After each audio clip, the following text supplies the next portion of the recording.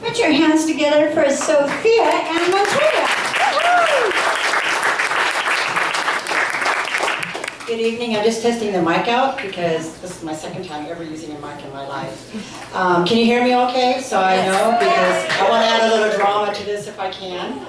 And I am going to be filming tonight, so if you get bored with my story and you need to chat, just kind of do it quietly. My story is actually entitled Motorcycle Madness, and it is dedicated to my best friend and my tango partner, Michelangelo Dilella, and his family. And I want to thank Karen for being here. Thank you, love. I should be able to see this okay. Sorry, I had to get positioned so I can flip through. Okay. 1, 2, 3, ready to go. Very annoyed with my motorcycle companions, I left the Spanish peaks of Colorado Springs, and traveled down Highway 160, zooming off alone toward Mesa Verde, where 4 states converge.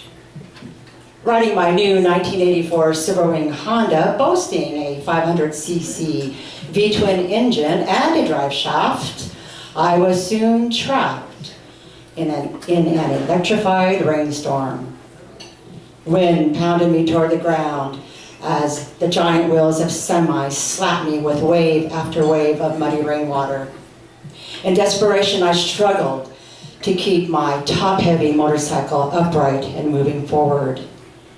In a state of suffocating fear, I cried as lightning flashed closer and closer.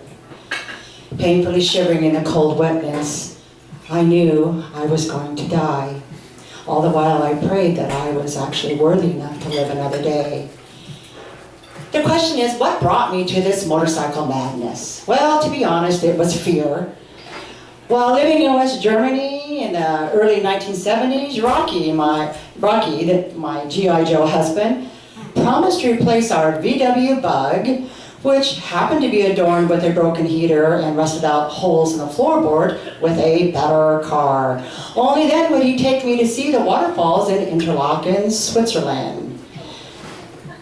Unfortunately for me, Rocky came home with a used Bonneville Triumph motorcycle, and with utter glee he announced that we were traveling to Switzerland on that piece of junk.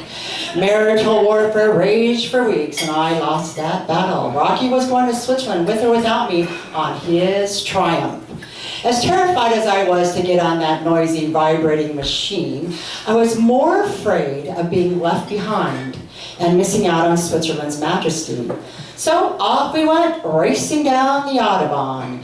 Even though a sweater I was holding in my arms unraveled, got snagged and chewed up by the motorcycle chain.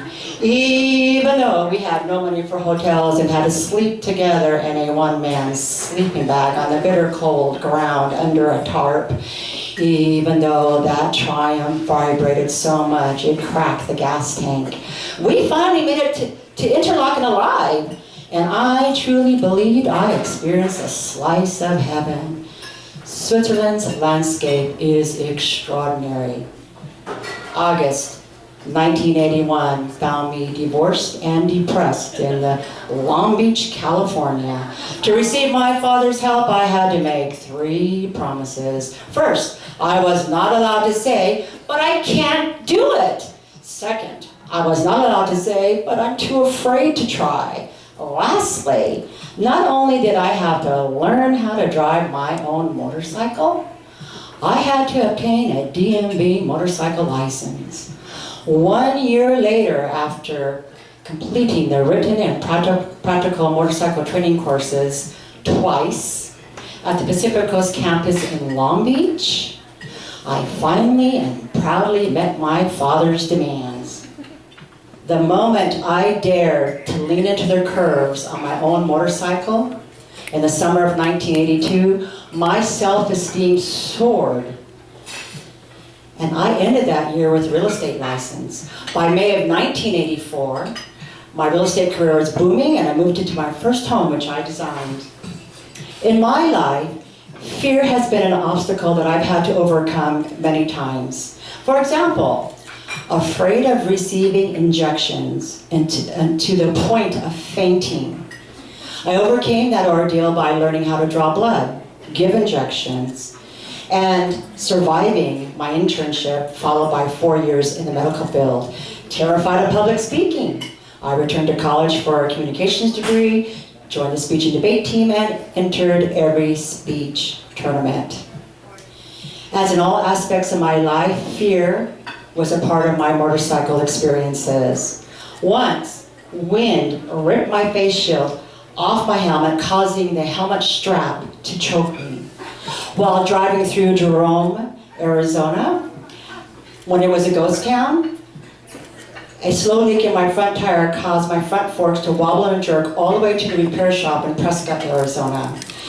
Bullies and four-wheel drive trucks have raced up to my rear tire to scare and drive me off the road. Crazy young guys have leaned out of their car windows to grab and tug my long braided hair.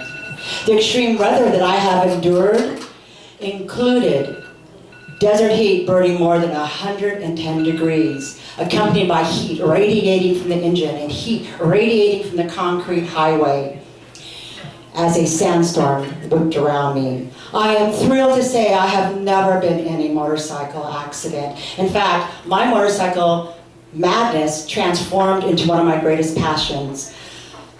I actually rode my motorcycle every week, hundreds of miles for 25 consecutive years.